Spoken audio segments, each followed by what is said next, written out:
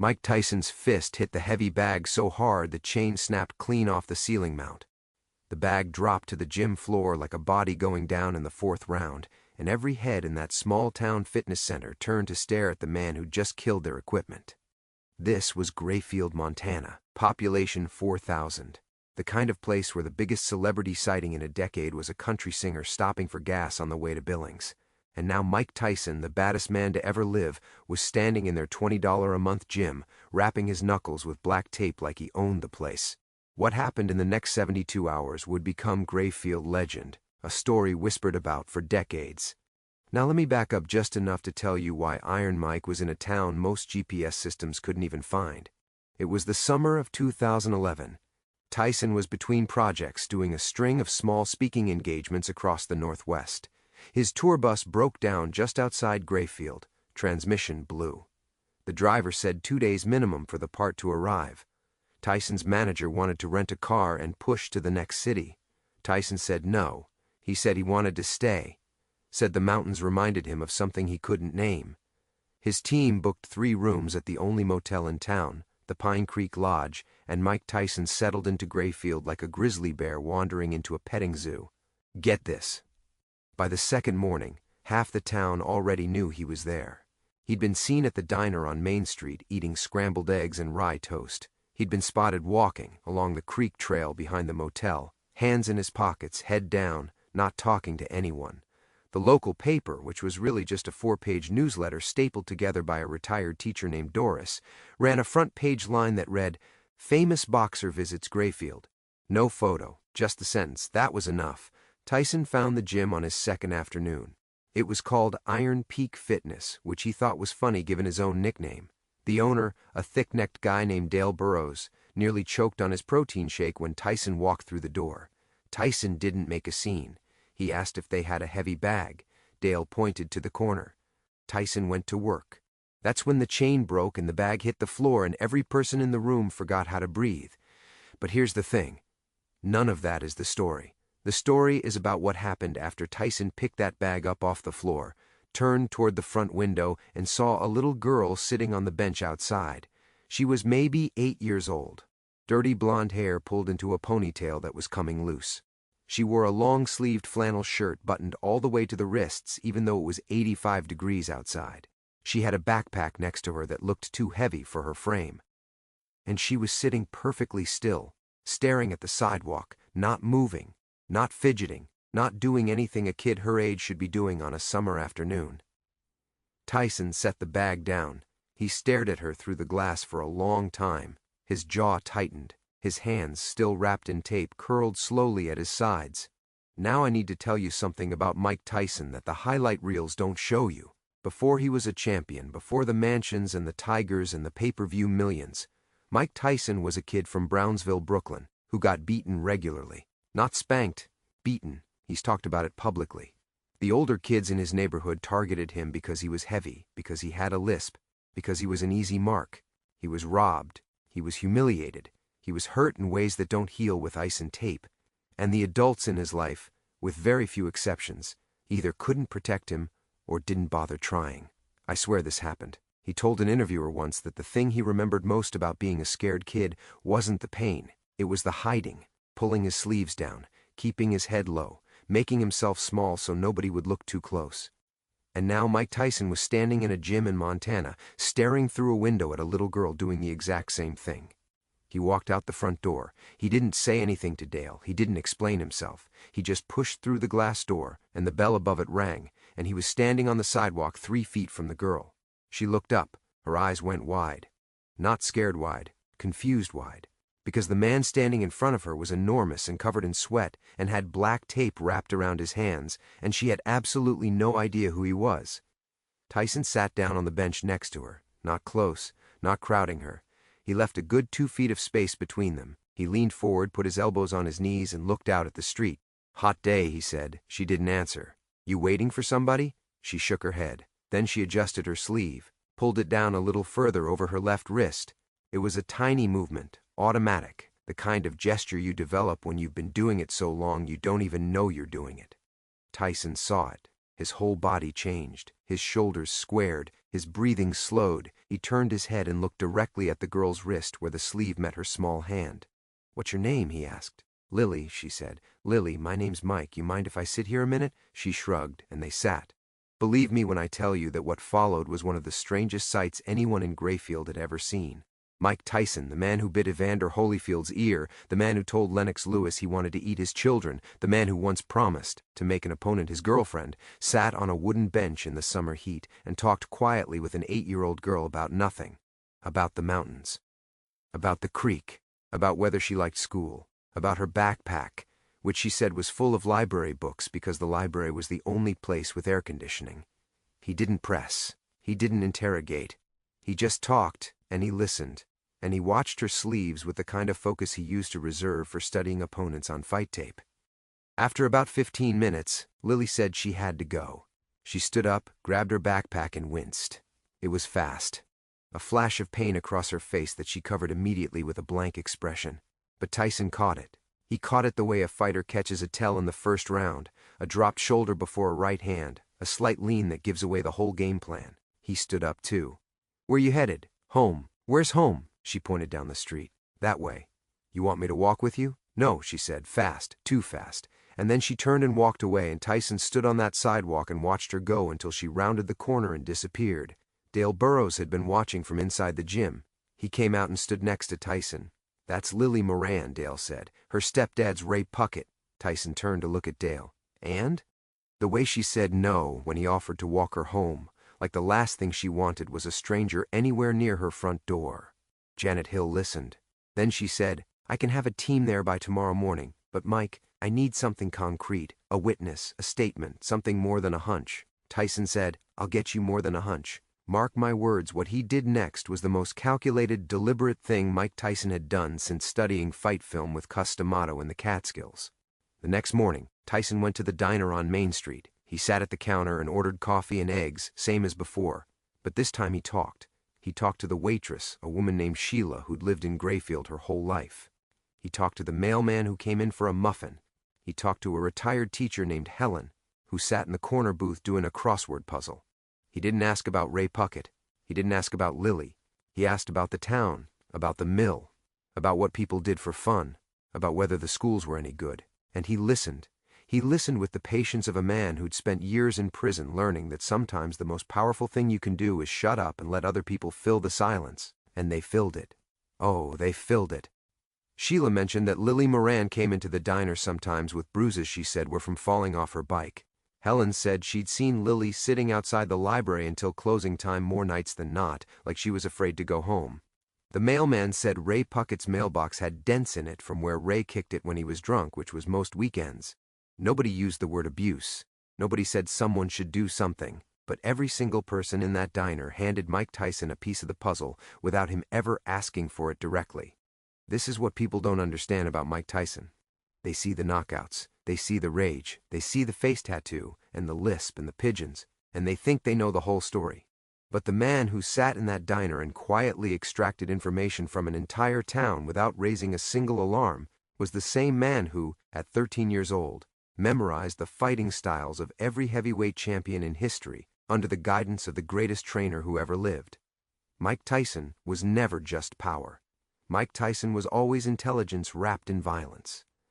And right now, in Grayfield, he was using the intelligence without the violence, and it was something to witness.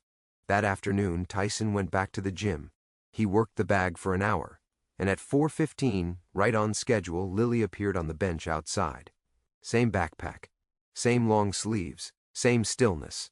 Tyson came outside, sat down, same distance as before. "You again," Lily said, and for the first time she almost cracked something close to a grin. "Me again," Tyson said. "You got more library books in there?" "Yeah." "What are you reading?"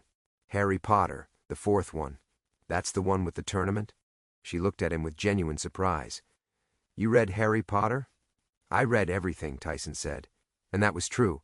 The man had consumed more books during his prison years than most English professors read in a career. They talked about Harry Potter. They talked about which house they'd be sorted into. Lily said Gryffindor. Tyson said he'd probably be Slytherin. And Lily laughed. And it was the kind of laugh that told you she hadn't done it in a while because it came out rusty and startled. like she'd surprised herself. No lie, that laugh changed something in Mike Tyson's face. His eyes got wet, just for a second. He blinked it away, turned his head toward the street, and swallowed hard. Then he looked back at her and said, "Lily, can I ask you something?" She got quiet. The almost grin disappeared. "Your arms," he said. "You don't gotta tell me anything you don't want to tell me. But I want you to know that when I was your age, I used to hide stuff too. I used to wear long sleeves when it was hot. I used to make up stories about falling down. And the whole time I wished somebody would just ask me the truth." Lily didn't move. She stared straight ahead at the sidewalk. Her lower lip trembled once. She pressed her teeth into it to make it stop. "Nobody asks," she said. "I'm asking." Silence. A car drove past. A bird landed on the railing and flew off again. The world kept moving, but on that bench, time had stopped. Lily reached down and unbuttoned her left sleeve.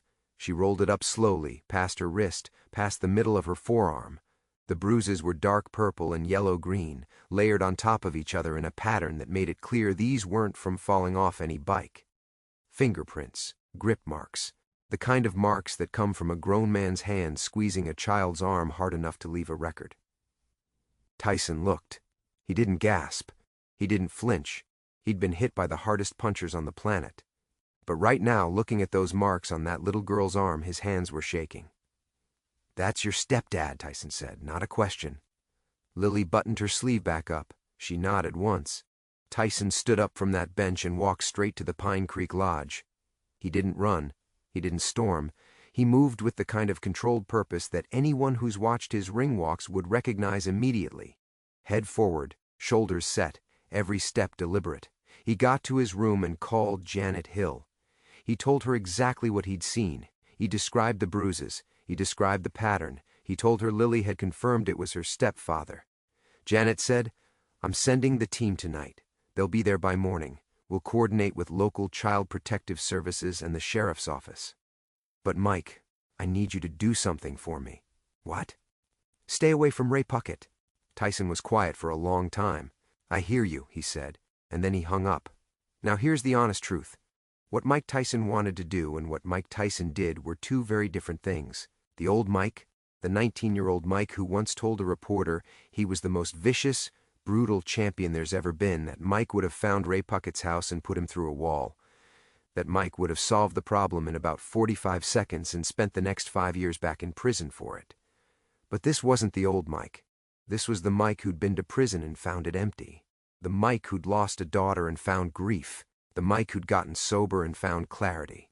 This Mike knew something the old one didn't. Punching Ray Puckett would feel righteous for about 10 seconds, and then it would be Mike's mugshot on the news and Lily's story would become a footnote in another celebrity scandal, and nothing would actually change for that girl. So Tyson stayed at the motel, but he didn't sleep. He sat in a chair by the window and watched the parking lot until the sun came up. Trust me on this part because it's where the story turns. 6:45 in the morning.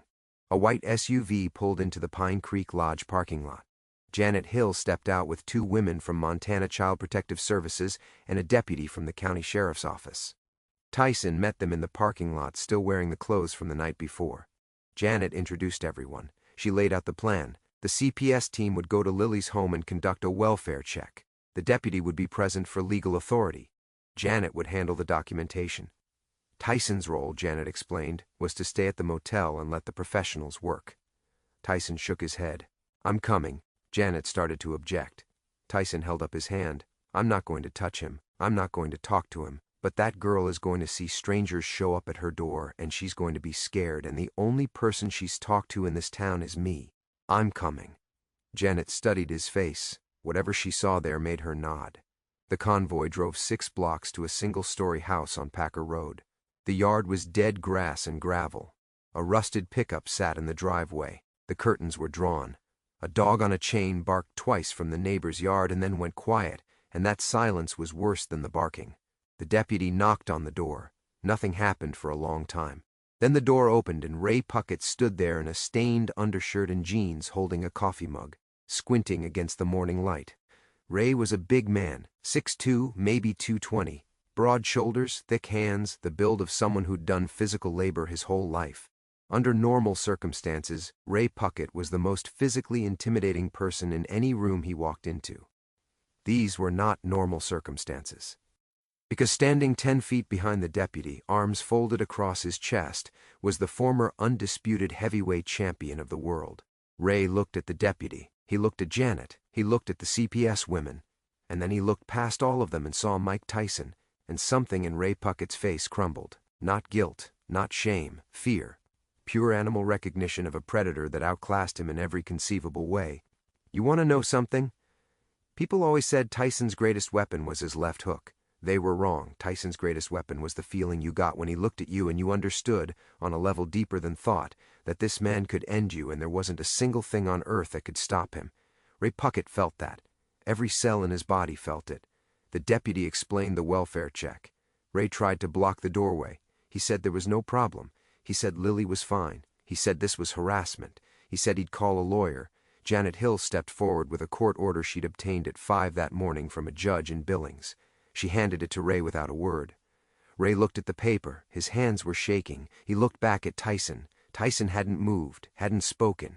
He was just standing there on the dead lawn with his arms crossed and his eyes locked on Ray Puckett with an expression that contained no anger, no threat, no malice, just complete and total certainty about what was going to happen next. Ray stepped aside. The CPS team went in. They found Lily in her bedroom. The room was small, a mattress on the floor with no frame, library books stacked against the wall, a window with a cracked pane covered in duct tape. The CPS worker knelt down and talked to Lily for a few minutes. Then she asked Lily to show her arms, then her legs, then her back. I'm not going to describe what they found. You already know. You knew the moment Lily rolled up that sleeve on the bench. What I'll tell you is that the CPS worker, a woman who'd been doing this job for 14 years, stepped out of that bedroom and had to lean against the hallway wall and take 3 deep breaths before she could speak. She looked at Janet Hill and said one word, enough. They took Lily out of the house, not roughly, not dramatically. They walked her out the front door with a blanket around her shoulders even though it was already warm outside, because sometimes a blanket isn't about temperature, it's about safety. Lily saw Tyson standing on the lawn. She stopped walking. The CPS worker paused beside her. And Lily looked up at this giant man who'd sat on a bench and asked her about Harry Potter and asked her the question nobody else had ever asked. And she didn't say anything. She just walked over to him and pressed her face into his stomach and stood there. Tyson put one hand on the back of her head. His chin trembled. He closed his eyes. And Mike Tyson, who'd knocked out 37 men, who'd been called a monster and a savage and worse by every newspaper in the world, stood on a dead lawn in Montana and held a little girl and let his tears fall into her hair. Here's the part of the story that makes it legend. Ray Puckett was arrested that morning. The evidence was overwhelming. The deputy put him in cuffs on his own front porch while half the neighbors watched from their driveways, and not one of them looked surprised. Ashamed, maybe. Relieved, maybe. But not surprised. They'd all known. Every last one of them. Lily was placed with an emergency foster family in Billings that same day. Janet Hill personally oversaw the placement. The foster parents were a couple in their 50s who'd taken in 11 kids over the years and had a golden retriever named Biscuit that slept at the foot of the guest bed. Ray Puckett was charged with child abuse and assault on a minor. He pleaded not guilty at first. Then the DA's office showed him the photographic evidence from the CPS report and the statement his own stepdaughter had given, and Ray changed his plea. He was sentenced to 8 years. He served 6. But the story doesn't end with Ray Puckett. The story ends with Mike Tyson. Before he left Grayfield, before the transmission part arrived and his tour bus rumbled back to life, Tyson did one more thing. He went to the office of the Grayfield Town Council and asked to speak with whoever was in charge. A woman named Patricia Engel, the town clerk, came out to meet him. Tyson sat across from her desk and told her that what happened to Lily Moran wasn't a Ray Puckett problem. It was a Grayfield problem. Every person who saw that girl hiding her bruises and said nothing was part of the machine that hurt her. Patricia started to defend the town. Tyson stopped her. I'm not blaming you, he said. I'm telling you that where I grew up, I was that kid, and if one adult, just one, had done something, my whole life would have been different. You've got a chance here to be that one adult for the next kid. Don't waste it. He set a check on her desk, $25,000. Earmarked for the creation of a child welfare liaison position in Grayfield, someone whose only job was to watch out for the kids who were hiding. Patricia looked at the check. She looked at Tyson. She opened her mouth to say something, and nothing came out. Tyson stood up. He shook her hand, and as he walked toward the door, he stopped and said something that Patricia Engel would repeat at every town council meeting for the next decade. He said, "Somebody should have fought for me." 5 words, no explanation, no elaboration. He walked out the door, and that was the last time Grayfield saw Mike Tyson in person. Now, if this story moved you, I need you to do something for me. Hit that subscribe button and share this video. Not for the algorithm, not for me. Because stories about people who stand up for kids who can't stand up for themselves deserve to travel. That's it. That's the ask. Here's the end of the story, and it's the part that'll stay with you. 3 years later, Janet Hill called Mike Tyson. She called to tell him that Lily Moran had been adopted by her foster family in Billings, the couple with the golden retriever. She was 11 years old. She was in 6th grade. She was on the honor roll. And she'd written an essay for a school assignment about the person she admired most. She wrote about a man who sat on a bench and talked to her when nobody else would. A man who didn't ask what happened to her in a way that made her feel broken. A man who just sat there and asked her about Harry Potter and let her decide when she was ready to tell the truth. She didn't use his name in the essay, she just called him the man on the bench. But her teacher knew, and her foster parents knew, and Janet Hill knew, and now you know.